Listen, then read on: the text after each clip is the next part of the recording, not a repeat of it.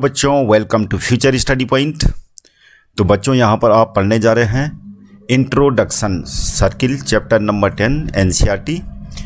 तो बच्चों सर्किल आपने छोटी क्लास में पढ़ा होगा और ये बाउंड्री लाइन जो राउंड शेप का फिगर है इसको सर्किल बोलते हैं और इंटीरियर में एक पॉइंट होता है फिक्स जिससे सर्किल के सारे पॉइंट्स क्या है, सारे पॉइंट्स की डिस्टेंस क्या होती है, इक्वल होती है। तो इस प्रकार के फिगर को हम क्या कह देते हैं, सर्किल। तो आपने छोटी क्लास में पढ़ा होगा कि इस बाउंड्री लाइन के जो अंदर वाला पोर्शन है इसको बोलते हैं इंटीरियर पोर्शन ऑफ सर्किल और जो बाहर का पोर्शन है इसको बोलते हैं exterior portion of the circle. और जो बाउंड्री लाइन है इसको बोलते हैं, अगर कोई पॉइंट इसमें होगा तो हम बोल देंगे this is on the circle. जैसे कि यहाँ पर एक पॉइंट है ए, तो this is on the circle. यहाँ पर ये पॉइंट है B, this is on interior of the circle and this one C is situated at the exterior part of the circle। तो इसके साथ में आपने जो ये सर्किल होता है, जैसे यहाँ पर एग्जाम्पल के तौर पे पी क्यू है, तो ये पी क्यू जो है कर्व्ड शेप का जो फिगर है, यानी this is the part of a circle. तो ये जो इसको बोलते हैं minor arc, this one known as minor arc, और जो बिगर वन है उसको बोलते हैं मेजर आर्क। जैसे यहाँ फिगर में आप देख रहे हैं, तो ये जो है पी आर क्यू क्या है, मेजर आर्क बोलते हैं, और पी क्यू को माइनर आर्क। आगे जो है ये सर्किल के दो पॉइंट्स को मिलाने वाली लाइन को क्या बोल देते हैं, कॉर्ड। ये कॉर्ड है पी क्यू, और ये कॉर्ड सर्किल को दो पार्ट में डिवाइड कर रही है। तो एक पार्ट को जो बिगर वाला है उसको बोलेंगे हम मेजर सेगमेंट, यानी कॉर्ड और सर्किल के बीच का जो पोर्शन है उसको बोलते हैं मेजर। ये बड़ा वाले को बोलेंगे मेजर सेगमेंट, और जो छोटा वाला है उसको बोलेंगे माइनर सेगमेंट, यानी कॉर्ड और सर्किल के बीच का जो एरिया है। और अब दो रेडियस है सर्किल की दो रेडियस हैं, और सर्किल और दो रेडियाई के बीच वाला जो पोर्शन है इनको सेक्टर कहा जाता है। तो जो छोटा वाला है उसको माइनर सेक्टर बोलते हैं, जो बड़ा वाला रेस्ट ऑफ पार्ट है उसको बोलते हैं मेजर सेक्टर। दूसरी चीज़ है angle subtended bye a cord at a point, यानी पी क्यू एक कॉर्ड है और रेस्ट ऑफ द पार्ट में जो सर्किल में जो एंगल बन रहा है इस कॉर्ड के द्वारा, पी क्यू के द्वारा, ये एंगल जो है सर्किल में बन रहा है। और पी क्यू के द्वारा सेंटर में भी ये क्या बन रहा है, एंगल बन रहा है। तो ये वाला एंगल, मान लीजिए ये एंगल ए है, तो ये एंगल कितना होता है, ट्वाइस ऑफ ए। जिस हिसाब से फिगर बन रखा है वैसे आगे आप पढ़ोगे, ये एक जो है साइक्लिक क्वाड्रिलेटरल है, पी एस क्यू, इसका नाम दे दिया आर, क्योंकि सर्किल में चारों पॉइंट्स हैं इसके अवेलेबल, तो इसलिए जो है ये इसको क्या बोलते हैं, साइक्लिक क्वाड्रिलेटरल। तो आगे आप पढ़ोगे इसको। अब है equal chords of a circle subtend equal angles at the centre, यानी ए बी और सी डी दो इक्वल कॉर्ड्स हैं। ये सब चीज़ें एक्चुअली में क्लास 9th में आप पढ़ चुके हो, लेकिन ये क्लास 10th के सर्किल वाले चैप्टर में भी काम आने वाली हैं, इसलिए आपका ये रिविज़न हो जाएगा। तो यहाँ पर दो इक्वल कॉर्ड्स हैं ए बी और सी डी, और दोनों के द्वारा सेंटर में जो बना एंगल है, एंगल ए ओ बी और एंगल डी ओ सी, तो ये दोनों क्या होते हैं, एंगल इक्वल होते हैं। तो ये आपको याद रखना सब। अब है the perpendicular from the centre of a circle to a chord bisect the chord. तो यहाँ पर सेंटर है सर्किल का ओ और कॉर्ड है ए बी। तो ए बी में जो परपेंडिकुलर है ओ एम, ये ओ एम किस में है, परपेंडिकुलर ए बी में। तो क्या होगा, ये परपेंडिकुलर ए बी को दो इक्वल पार्ट्स में डिवाइड करता है, यानी ए एम इक्वल टू क्या होता है, बी एम। तो ये याद रखना है आपको। Equal chords of a circle और इक्विडिस्टेंस फ्रॉम द सेंटर और सेंटर्स, यानी सेंटर्स इसलिए लिखा है कि अगर दो कॉन्ग्रुएंट सर्किल्स हैं, ऐसा भी हो सकता है, कॉन्ग्रुएंट का मतलब जिनकी रेडियाई इक्वल होती हैं, दो कॉन्ग्रुएंट सर्किल्स हैं और इनमें कॉर्ड इक्वल हैं, ये कॉर्ड, तो जो सेंटर होगा उनसे इनकी डिस्टेंस क्या होगी, इक्वल होगी। मतलब ए बी है और ए सी डी है, और इनकी डिस्टेंस जो सेंटर से है यानी मान लिया सपोज करो कि ये क्या पॉइंट है, एम है, और ये पॉइंट है एन, और ये जो है डिस्टेंस हो गई, इसका सेंटर ओ है, इसका सेंटर पी है। तो अगर ए बी क्या है, इक्वल है सी डी के, ये दो कॉन्ग्रुएंट ट्रायंगल्स हैं, दोनों कॉन्ग्रुएंट हैं ट्रायंगल्स, और A B equal to C D है, तो क्या होता है यहाँ पर ए एम इक्वल टू क्या होगा, बी एम, वो तो पीछे आप पढ़ ही चुके हो। उसी प्रकार C N equal to D N होगा, लेकिन साथ में ओ एम इक्वल टू क्या होगा, O M equal to P N होगा। यहाँ पर अगर सेम सर्किल है और दोनों कॉर्ड जैसे यहाँ पर पी क्यू इक्वल है किसके, एस आर के, तो ये distance O L equal to O M हो जाएगी, यानी पी क्यू इक्वल टू अगर क्या है एस आर, तो ओ एल इक्वल टू क्या हो जाएगा, ओ एम। तो ये कुछ रूल्स हैं जो आपको याद रखने हैं, जो क्लास 10th सर्किल चैप्टर में काम आएगा आपके। अगला है the angle subtended bye an arc eight the centre is double the angle subtended bye it at any point on the remaining part of the circle. पीछे हम कॉर्ड के case में पढ़ चुके हैं, तो यहाँ पर आर्क है, ये आर्क है, और इस आर्क के द्वारा सेंटर में बना जो एंगल है वो है एंगल पी ओ क्यू, और rest of the part of the circle में बना हुआ है एंगल पी ए क्यू। तो ये वाले एंगल से ये वाला एंगल क्या होता है, ट्वाइस, अगर ये एंगल एक्स है तो ये एंगल क्या हो जाएगा, 2x, ये याद रखना आपको। अब है the sum of either pair of opposite angles of a cyclic quadrilateral is 180। तो ये जो ए बी सी डी एक साइक्लिक क्वाड्रिलेटरल है, मतलब इसके चारों पॉइंट्स क्या है, सर्किल में है, तो ऐसे क्वाड्रिलेटरल को हम क्या बोलते हैं, साइक्लिक क्वाड्रिलेटरल, और इसके अपोजिट एंगल का सम क्या होता है, 180। तो आपको ये याद रखना है, angle A plus angle C equal to क्या होता है, 180, और angle B plus angle D भी क्या होगा, इक्वल टू 180 डिग्री। अब है आगे, अब एक क्लास 10th में जो आप पढ़ेंगे, मतलब जिसका यूज होगा, एक तो सेकंड का मतलब होता है एक ऐसी लाइन जो सर्किल को दो पॉइंट्स में क्या कर रही है, इंटरसेक्ट करती है। जैसे यहाँ पर एक लाइन है पी क्यू, और पी क्यू लाइन जो है ए और बी में सर्किल को इंटरसेक्ट कर रही है, तो इसको क्या बोलेंगे, पी क्यू को सेकंड बोलेंगे।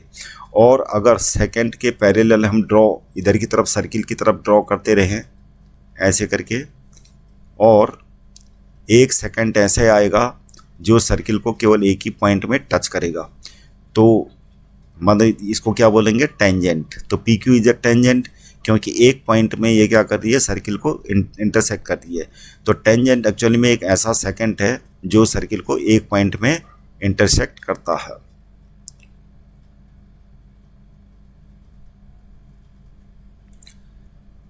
अब यहाँ पर दे रखा है कि there is only one tangent at a point of a circle, यानी सर्किल के एक पॉइंट पे केवल एक ही टेंजेंट को ड्रॉ कर सकते हैं। तो ये आपके एक एक नंबर के क्वेश्चन में पूछा जाता है। अब यहाँ पर ये हम पहले बता चुके हैं कि अगर सेंटर से आपने कोई डायमीटर ड्रॉ करते हुए एक सेकंड को ड्रॉ करा, मतलब कि सेंटर से होते हुए कोई सेकंड ड्रॉ करी, और इसके पैरेलल हम सर्किल की तरफ जाते रहेंगे, तो एक स्पेशल सेकंड ऐसा आएगा जो सर्किल को एक पॉइंट पे क्या करेगा, इंटरसेक्ट करेगा। तो इसको क्या बोलते हैं, टेंजेंट। अब है सर्किल और जो टेंजेंट है, दोनों के पॉइंट ऑफ इंटरसेक्शन को क्या बोलते हैं, point of contact. The tangent at any point of a circle is perpendicular to the radius through the point of contact. तो यहाँ पर टेंजेंट है, टेंजेंट यहाँ पर क्या है, एक्स वाई, और रेडियस है ओ पी। तो ये जो है हमेशा इनके बीच में क्या एंगल होता है, परपेंडिकुलर होता है, याद रखना है। यानी टेंजेंट्स और रेडियस, यहाँ पर लिखा है the tangent at any point of a circle is perpendicular to the radius through the point of contact. यानी पॉइंट ऑफ कांटेक्ट के थ्रू, यानी टेंजेंट्स है, और पॉइंट ऑफ इसके पॉइंट ऑफ कांटेक्ट से सेंटर में जाती हुई जो लाइन होती है, ये हमेशा टेंजेंट्स के परपेंडिकुलर होती है, यानी रेडियस। तो रेडियस और टेंजेंट के बीच में क्या होता है, एंगल 90 डिग्री। ये आपको याद रखना है, जो काम आएगा। अब करते हैं बच्चों एक्सरसाइज 10.1। यहाँ पर पहला क्वेश्चन दे रखा, how many tangents can a circle है। अब यहाँ पर मान लिया सपोज करो कोई सर्किल है, तो इस सर्किल में इनफाइनाइट पॉइंट्स हैं और इनफाइनाइट पॉइंट्स में हम क्या कर सकते हैं, इनफाइनाइट टेंजेंट ड्रॉ कर सकते हैं। जैसे एग्जांपल के तौर पे ए है, तो एक तो ए में हो गया। अब यहाँ पे क्योंकि बहुत सारे पॉइंट हैं तो हर जगह हम क्या कर सकते हैं, एक टेंजेंट ड्रॉ कर सकते हैं। इसका मतलब इसका आंसर क्या होगा, infinite tangents can be drawn, infinite tangents. इसका आंसर क्या होगा, इनफाइनाइट टेंजेंट्स हम ड्रॉ कर सकते हैं। Fill in the blank, second question है, a tangent to a circle intersect it in one point. तो एक ही पॉइंट में ये टेंजेंट है, तो एक ही पॉइंट में क्या करती है, इंटरसेक्ट करती है सर्किल को। A line intersecting a circle in two points is called. अब कोई सर्किल है, तो पीछे हम पढ़ चुके हैं, a line intersecting a circle in two points, यानी सर्किल के दो पॉइंट्स हैं ये, और इनको इंटरसेक्ट करती हुई एक लाइन होती है, तो उसको क्या बोलते हैं, सेकेंड। थर्ड पार्ट है, ए circle can have dash parallel tangent at the most. तो बोलने का मतलब क्या है, यहाँ पर मान लिया सर्किल है और हमने एक टेंजेंट ड्रॉ कर दी, तो इसके पैरेलल हम क्या कर सकते हैं, एक और लाइन ड्रॉ कर सकते हैं। तो क्या हो सकता है इसका answer, a circle can have two parallel tangent at the most. तो इसका आंसर होगा 2। तो कितने बच्चे कंफ्यूज हो सकते हैं कि ये भी खींच सकते हैं, तो क्या हो जाएंगी, 4 हो जाएंगी, लेकिन ऐसा नहीं है, क्योंकि अगर हमने ये ड्रॉ करी है टेंजेंट्स, तो इसके पैरेलल हम एक और ड्रॉ कर सकते हैं यहाँ पे, तो इसलिए 2 लिखना पड़ेगा। एट द मोस्ट लिखा, the common point of a tangent to a circle and the circle is kit. जो कॉमन पॉइंट है जैसे ये है, तो इसको बोलते हैं पॉइंट ऑफ कॉन्टैक्ट। तो क्या होगा इसका आंसर, पॉइंट ऑफ कॉन्टैक्ट। अब है हमारे पास question number 3, a tangent P Q at a point P of a circle of radius 5 centimetre meets a line through the centre O at a point Q such that O Q equal to 12 centimetre, length P Q is. तो हमें P Q की length निकालनी है, तो इसका solution होगा, हमें दे रखा है सर्किल, ये सर्किल का सेंटर हो गया और टेंजेंट पी क्यू है और इसका पॉइंट पी क्या है, सर्किल में है। तो हम टेंजेंट ड्रॉ कर लेते हैं और पॉइंट पी सर्किल में है, ये क्यू है। तो हम क्या करेंगे, ओ से पहले तो पी को मिला लेते हैं, ओ से क्यू को मिला लेते हैं। तो यहाँ पर ओ पी रेडियस हो गई और पी क्यू टेंजेंट्स और पी कांटेक्ट पॉइंट है। तो टेंजेंट्स और सर्किल का जो कांटेक्ट पॉइंट होता है उसे ड्रॉ की गई रेडियस, और टेंजेंट हमेशा क्या होता है, इनके बीच में 90 डिग्री का एंगल होता है, यानी ओ पी परपेंडिकुलर टू, पहले हम लिखेंगे पी क्यू, और जब ये परपेंडिकुलर है तो क्या हो जाएगा, ओ क्यू हाइपोटेन्यूज हो, तो पाइथागोरस थ्योरम लगा लेते हैं सीधे। O Q square equal to, हमें ये दे रखा है रेडियस दे रखी है कितनी, 5 सेंटीमीटर, और ओ क्यू दे रखा हमें कितना, 12 सेंटीमीटर, यानी हाइपोटेन्यूज पता है, और ओ पी स्क्वायर हो जाएगा